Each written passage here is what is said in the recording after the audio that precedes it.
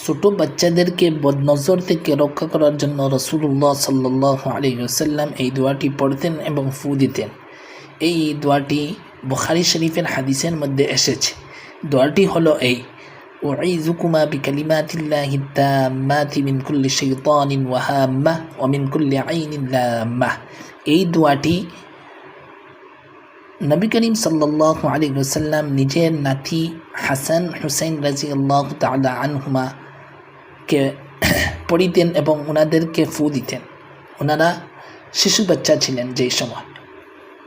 এই দোয়ার অর্থ হলো, আমি তোমাদেরকে আল্লাহর পরিপূর্ণ বাণীর মাধ্যমে প্রত্যেক শয়তান, বিষাক্ত প্রাণী এবং প্রত্যেক কুদৃষ্টি সম্পন্ন অর্থাৎ বদনজরকারী চোখের অনিষ্ট থেকে আশ্রয় দিচ্ছি।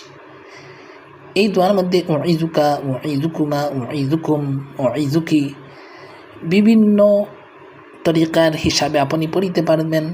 অর্থাৎ যেই বাচ্চা মেয়ে শিশু থাকিবে, একজন শিশু থাকলে আপনি উঈযুকা পড়িবেন, শিশু মেয়ে হয়ে থাকলে উঈযুকি পড়িবেন, দুইজন হলে উঈযুকুমা পড়িবেন, দুইজন থেকে অধিক হলে উঈযুকুম পড়িবেন। এর অর্থ হলো, আমি তোমাদের দিগকে আল্লাহর আশ্রয় দিচ্ছি।